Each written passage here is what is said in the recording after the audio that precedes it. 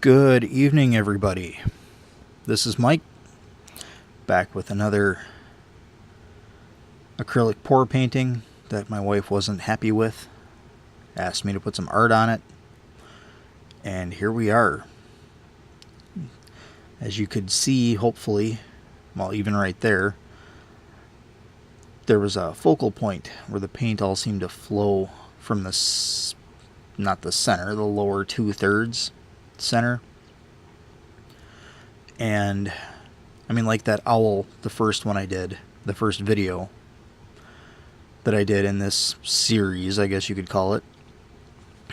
As soon as she got done pouring it, I saw eyes in those two feathery orbs in the center, and I knew I had to make an owl as soon as she said, put some art on this. This particular piece, I didn't see anything, but I did see a focal point, and then when I really concentrated, I saw something that could almost be a beak of some bird flying towards us. I guess it doesn't really look like a bird anymore, does it? And so I just went nuts, as you can see. I switched markers a couple of times. Started with the Kuretake brush marker it's like my favorite pen marker brush. But it wasn't working so good on the paint, so I switched to an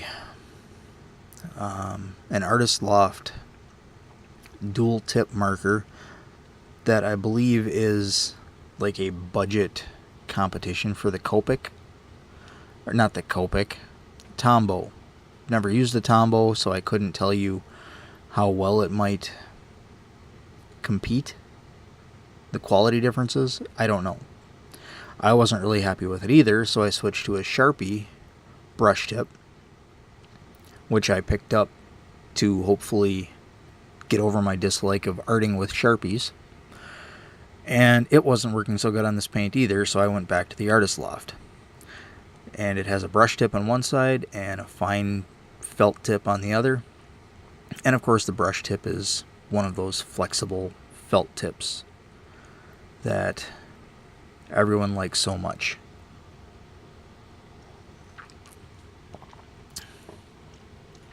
So this particular video, I had some interesting learning with. How about that zoom? Yay! So I'm using my phone, a Samsung Galaxy Note 8, which I picked up primarily because, well, the 64 gigs of memory, and it's supposed to have one of the best cameras in a cell phone ever back at the time I picked it up. Using an app called DroidCam, which I have the upgraded version, DroidCam X, which allows me to use HD. Well, halfway through filming this, because this particular piece actually took me a total of like 3 hours, and I wound up doing it over 4 days, I believe. About halfway through, I found out that I had not been using the HD mode in DroidCam. So I decided to kick it up once I found out how to do that. 720p as the native or the standard defaulted recording resolution. That worked okay. For recording on my laptop, I am using OBS, which I believe stands for Open Source Broadcasting Software. And that, I went and checked the defaults and discovered I was running at 30 frames per second. Read a bunch of articles online that said I should be running at 60 frames per second, so I kicked that up also. The first two videos of this piece, the first two clips, were done in the HD with 60 frames per second.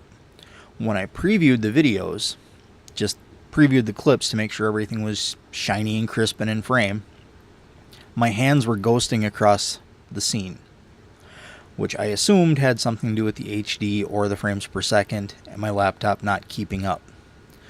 So for the second 2 clips, because this was done in 4 clips, maybe 5, whatever, the end clips, I was going to drop it back down to non-HD, what is that, SD, I guess, standard definition, and leave it at 60 frames per second. But then I decided to leave it in HD, drop it to 30 frames per second, because again, articles on the internet said that 30 frames per second is fine. And left it in HD, so hopefully there's some better clarity, and you, the viewer, can get a little bit more crispness in my lines. And I think it turned out okay. I mean, the video I'm looking at looks pretty good.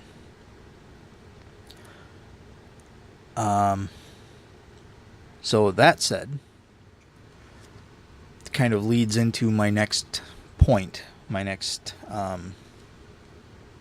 action point, my next bullet item. For those of you who are watching my art videos and not watching my gameplay videos, in my last American Truck Simulator gameplay video, I mentioned that I'm doing these videos for my descendants. I'm not going to get into the big rant I did in American Truck Simulator. I will just say that I'm not doing this for the views or the subscriptions or to become a big YouTube creator or some kind of internet star, and I'm definitely not an art guru of any kind. I like to create, I like art, but I don't really have the capacity to teach this or be inspirational with this like some others I've watched and gained inspiration from. So I'm doing this for my descendants, couple, a generation or 2 down the road. Hey, what was he like? Let's watch some videos, assuming the internet and YouTube are still around and still in the same setup. So, that said, I have decided over the last week and a half, that since I'm just getting started out and I'm just making cheap amateur videos, I will try to be as transparent with you all as possible in the hopes that might also help you learn something if you wanted to make your own videos. I know for the longest time I wanted to make videos and I didn't believe it was possible with the equipment I had or on my budget. So I want to explain my current setup and my latest purchase, which will maybe make things better. I don't know. We'll find out. So as I've said, Samsung Galaxy Note 8 is my current camera, which is awesome. I really like the way these videos are turning out with it visually. And I'm using the app DroidCam to get the video onto my computer, using OBS to record it, and I'm using, if it's a video like this where I'm speeding it up and I have to add the audio in after the fact, I am using Audacity, free sound editing software, to record the audio. Actually, this particular video, I'm trying something new using a voice recorder app on my phone. I have a little pop voice, that's pop, P-O-P, voice microphone. It's like a mini, they said it's a condenser microphone. I got it off of Amazon. I don't know how condensy it really is, but it's a lot better than any other microphone I've ever plugged into anything I have. And it's just like one of those little lapel things. And I believe when you plug it into your phone, it gets its power, because a lot of those condenser mics need external power. It gets its power from the headphone jack. If you ever look at your 3.5 millimeter jack, it's got the 3 lines instead of the 2 it used to have. The 2 being stereo left and right, and now there's a third. I want to say that's power, which is powering this microphone to make it better. So Audacity, an app on the phone, microphone. OBS. Once I get the video clips, if I'm not speeding them up and I just have to put them together, I'm using a free piece of software. Not sure if it's open source, but it's a free piece of software I found called Shotcut. And it's a semi-simple video editing and creation tool that is simple enough. It kind of reminds me of the old Windows Movie Maker back in, Windows 95? Windows Vista? I want to say maybe Windows 7. I know they dropped it in Windows 8. It might have still been a Windows 7. I'm not sure. But you can just go in, put your clips together, hit export, and be done with it. But there are also a lot of other features under the hood. It's simple enough where an amateur who has never played with video editing should be able to get the feel for it pretty quickly. Otherwise, any video work I'm doing, I'm using Blender 3D, or just Blender, however you want to say it. The open source 3D modeling, animation, video editing, video compositing powerhouse. Powerhorse? If you've never used it, it's a pain to learn, especially if you're not familiar with other pieces of software of that style. But if you have the time and the inclination to learn it, you can do so many wonderful things with it. And it's open source. And the community is huge and friendly. And it's, I don't know. If you try it and learn it, I have a feeling you'll love it. Love the creation you can do with it. Plus, like I said, video editing, and it's free. So that's my current setup. Once I get done with Blender or Shotcut, I can upload my video to YouTube. And you all get to see the results. I apologize now. So, recording a video with your phone in a tripod, pointing towards you, so the screen of the phone is pointing away from you, and you have your scene kind of framed up so you know that what you're working on is in the scene. And you get a text. Oh, I'll skip that one for now. And then you get another text. Oh, and then you get another text. Uh-oh. Maybe it's important, I should check that. So the phone comes out of the tripod, and maybe you have to move the tripod to get the phone out because it's a really tight clamp, and maybe you lose the framing of your scene. Maybe you lose your entire groove that you had going on. Maybe you don't. It is possible. So I knew I had to get something to get my phone out of the equation. So what do? I hook my microphone up to it and put it right back in the equation. I picked up a generic GoPro.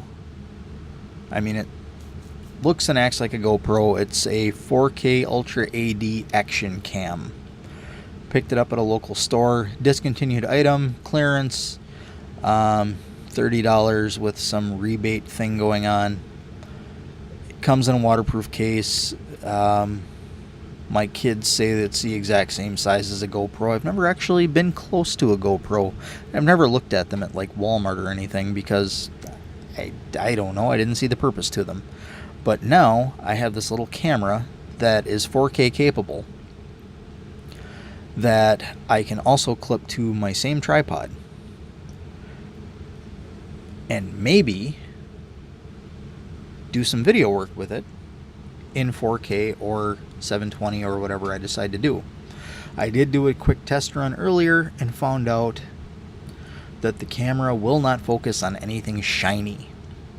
And I don't know if that's because it's got a 160 degree field of view and it makes things slightly curved, or if it's just because of that curvature I was too close to the lens because I was doing an art project. So I don't know. Maybe I'll be able to use it for close-up fine detail work. Maybe I need to learn how to change some settings. But I will definitely be trying to use it in the future, because if I record in 4K and then take my video into Blender and chop it up, when I encode, it should still look better even though it's slightly compressed. Hopefully. So bear with me on that.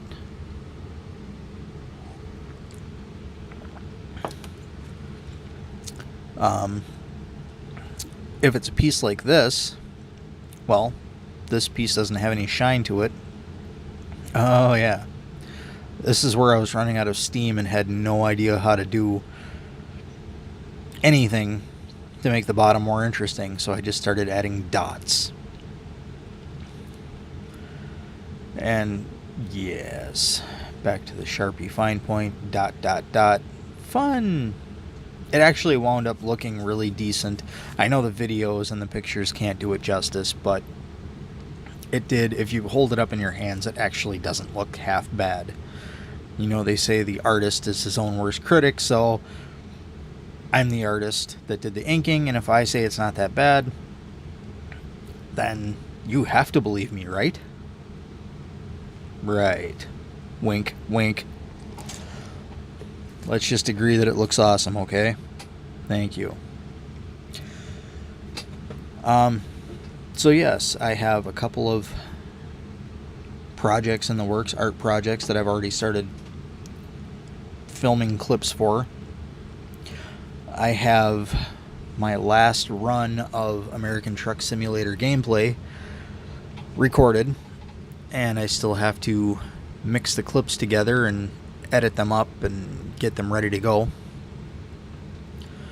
And that's actually me retiring that series, because how many times can somebody watch a driver's eye view of a semi going down a highway over and over and over again?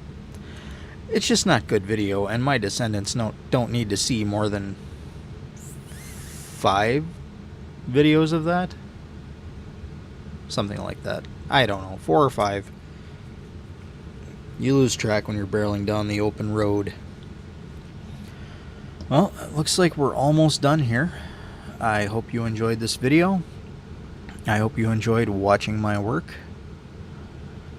And maybe we'll catch you on the next one.